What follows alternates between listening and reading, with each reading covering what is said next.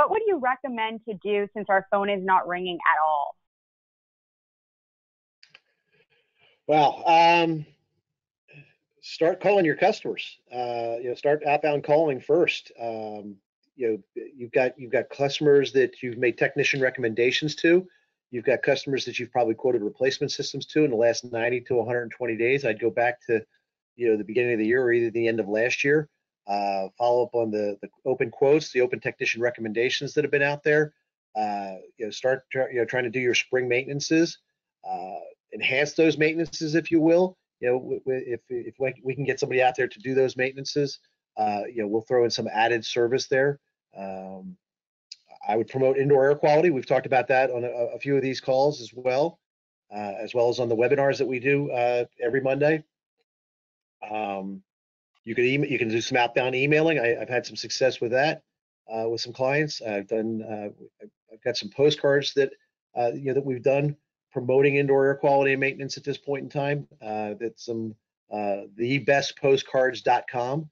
If you reach out to those guys and tell them that you heard from me and you want to talk to Andrew, ask Andrew for his content that he's mailing out. He's got people all over the United States that are actively promoting thebestpostcards.com, and they're using his services, and there's I think like 15 cents a postcard. Very inexpensive, very effective, and just start promoting your services. And yes, in certain new areas, if you're allowed to solicit, start knocking on doors and foot canvassing if you have to. Do some goodwill stuff in the community too. Show that you're out there able to help. Offer to, pick up prepaid groceries, pick up prepaid meals, prepaid prescriptions, and drop those off to people, and say, hey, what can we do while we're out here? And just get creative. And the last thing I'll throw out there is, as owners, we tend to think this is all on us, and it's not. You need to bring your people into a call like this, a video call, a phone call, and just say, hey, what can we do? Don't get caught up, how can we do it? Just say, what can we do? And then from that list, curate it and say, what's the most extraordinary things that we can do? And then figure out how can we do it. Don't let somebody tell you how you can't do it, because you'll figure out how, because your why right now is important. So crowdsource that list, because it doesn't all have to be on you, the owner, to figure this all out. Your people have got some creative ideas and they can come up with some stuff. And then those are the things that they're willing to do anyway. If they can think of them, they're the things they're going to be willing to do.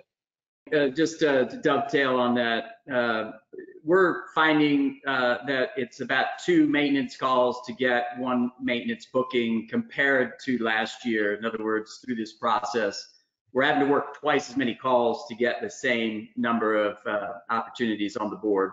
So for sure, make those calls to your existing customer base. Something else we're doing, we've done the friends and family. I think we talked about this last week.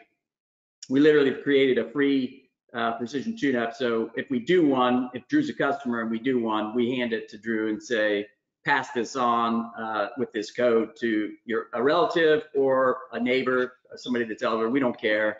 It's free. It's for you to pass it on. For us, it's the investment in the marketing is what you're describing earlier. We're going to get an address. We're going to get the database of the equipment. It's a new customer. It's going to cost me a little bit of money to do the tune-up, but I have the payroll protection program there to support this.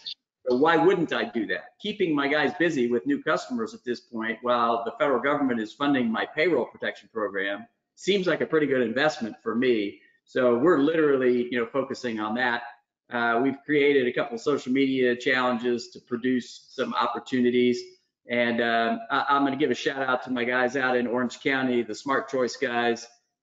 They're sending me a couple of texts that they're sending to their clients.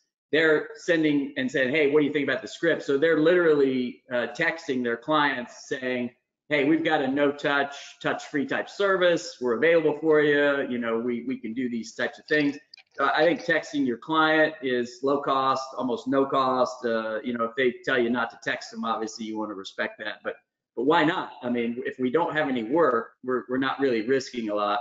And then the final thing that I would comment on is I think if you have a database of names and you have emails, your email marketing campaign strategy is the centerpiece of what you should be doing right now. The call center is great, but just the ability to reach your clients with information, safety tips, precautions. Obviously, you're going to have some form of a selling message in there and a call to action. But so we're doing all those things. We're having to work harder, but our board is being filled.